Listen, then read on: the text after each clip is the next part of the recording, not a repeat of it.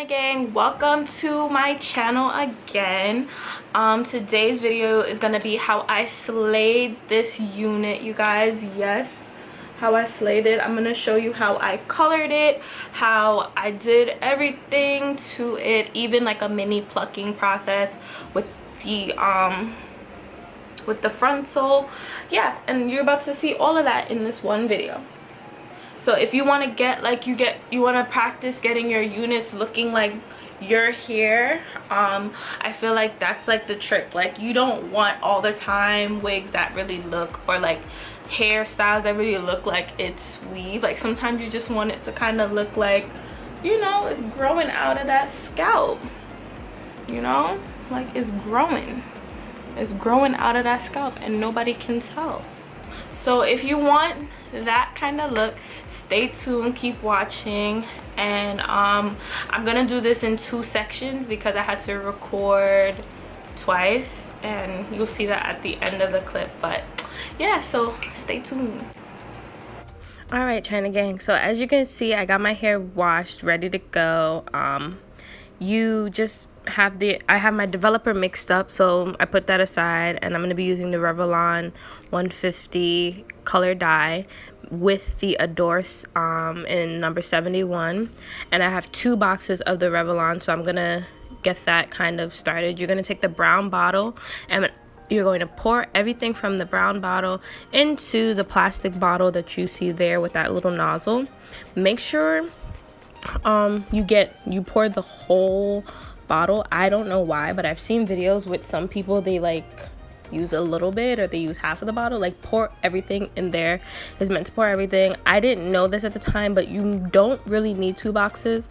I ended up getting 2 boxes because I thought that I would need it, but you don't need 2 boxes. I would say 1 would do just enough for a wig. The only difference is maybe you might want to apply the developer and like lighten up the wig first. I didn't do that. I kind of just like mixed everything all together and kind of just like had it go together, only because at the time I didn't want the hair color to be too bright.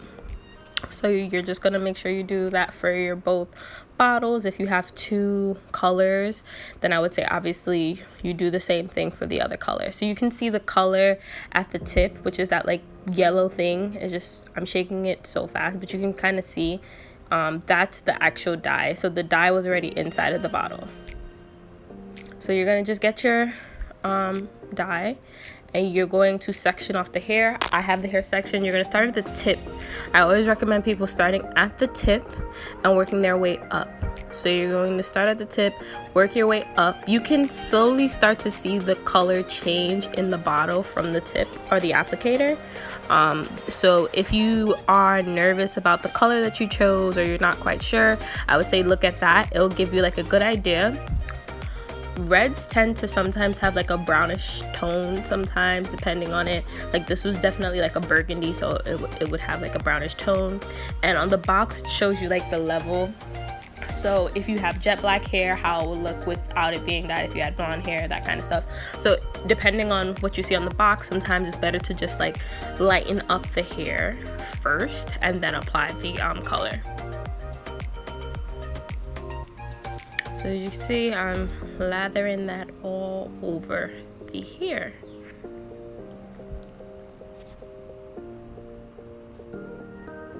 So I'm basically gonna do this for the rest of the hair. Apply the dye all throughout the hair. It's nothing really much to it. As you can see, I'm bringing down the hair, so you guys could watch that.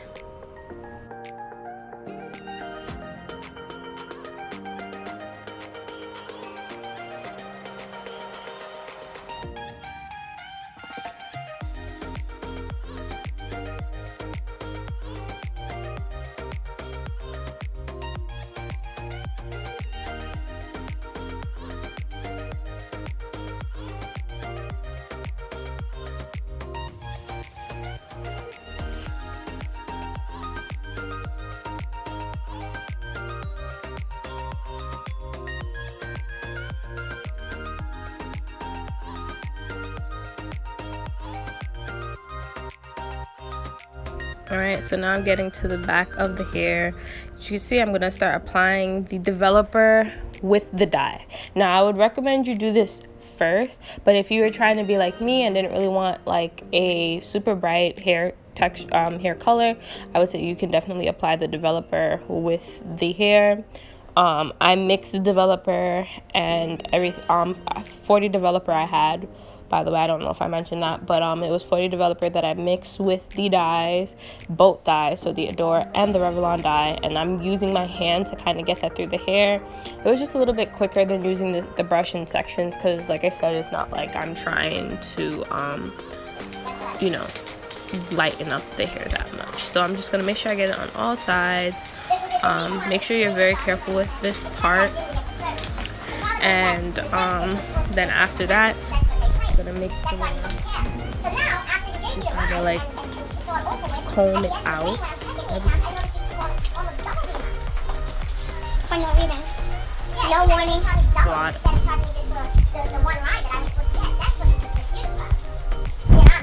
After you're done, you're just gonna wash it out after it's done sitting with your shampoo and conditioner, and then you come back. So now I'm back from washing it and I'm blowing it out. I have it sectioned again. I prefer sectioning my hair and blowing it out with my brush or comb, whichever one you prefer. And this is kind of really fast. It's self-explanatory, as you guys are going to see. I'm just going to keep brushing the hair and it's going to get dry. That's basically it. And I work my way up in blow drying. I don't know, for some reason it kind of just goes faster for me. I don't know. And just keep brushing.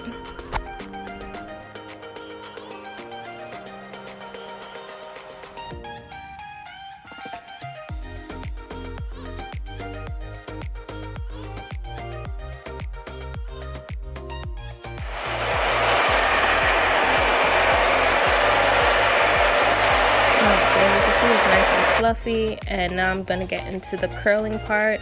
I'm going to section the hair and grab a piece, comb through it with my fingers, and take my curling iron and wrap the hair around like if it's a wand.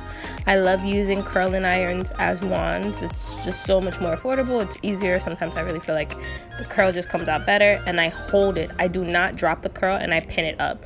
When you're curling hair, you do not want to drop the curl. I repeat, you do not want to drop the curl. Reason being, it's not cool. So therefore, the curl is not going to last because the hair hasn't like cooled. It's kind of like it's still being straight. So you're just going to keep doing that. You're going to section the hair, wrap in. You're going to wrap in. So if you put the curling iron on top of the hair, you're curling in, and then you're holding the you're letting it go once it's ready, and you're going to hold the curl, and then you just like pin it up. Now sometimes the pins can be difficult, so you're just gonna let it go and then just like pin it right back up. It's okay if you let it go and then grab it back, but you don't want to curl the hair and then just keep it down. So I'm going to keep doing this throughout the hair. As you can see, I'm almost done, and I'm just going to keep curling most of the hair and pinning it. That's all you're going to keep doing, curling it and pinning it, curling it and pinning it. It'll make your curls look so much better, so much more fresh. And then at the end, you're just going to get some Chi hairspray and kind of keep that holding. Now, this is going to be a 2-section video because I ended up having to re-dye it. So I'm going to use the 71 developer. This is like the next day with the 40 developer again, because as you can see, it came out like this brownish color. It was really pretty, so I still ended up rocking it for that day, but I just kind of put more color and developer, and I'm brushing it out. I realized when you brush it out, it's like so much better, and you guys can kind of see that burgundy color. Hair is just a pre-plucking example because I noticed that the front was too full, so I'm just going to keep plucking every other row and just pull the hair, keep plucking. I started like about 3 inches away from the frontal, so I'm going to just keep working my way up and just keep plucking every other frontal. So you see those like little gaps, that's what you're gonna do, and I'm gonna keep doing that across the whole head. But as you can see, I'm just showing you guys how I get it done. So that's how you do that, and you can see the big difference. Like, look at that, it's just so much better than that full thick layer of hairline that I had before. And once you do that, you're just gonna have the hair blown out again, and you're gonna put some basically this is like a heat protector that I have from Chi, and just put that throughout the hair a little bit. As you can see, it goes a long way. And you're just gonna re-blow it out again, and you're just gonna start pressing out the hair. Now I use my like brush and my Conair's flat iron. I love this flat iron. It gets the job done really good, and as you can see, it does it in big chunks. You're gonna do this throughout the hair as you section it, and you're gonna take the hot comb and comb through it after you flat iron it. So you're just gonna keep flat ironing it and then take the hot comb and like comb through it. This is like the best way to flat iron your hair, you guys. I'm sorry, like it really is. Like it's super easy. It gets the hair straight. It really calms down a lot of the flyaways, especially after dyeing the hair. And as you can see, this is definitely the color that I was going for. I didn't want anything too loud, but at the same time you can tell it's burgundy. Like you can definitely see it. So that's basically it, and you can tell the difference from the flat iron section to the blown out section. It still has that thick layer it still has a thick hair, but at the same time it's not too thick. So you're just gonna do that to the front, and that's it. Thank you for watching.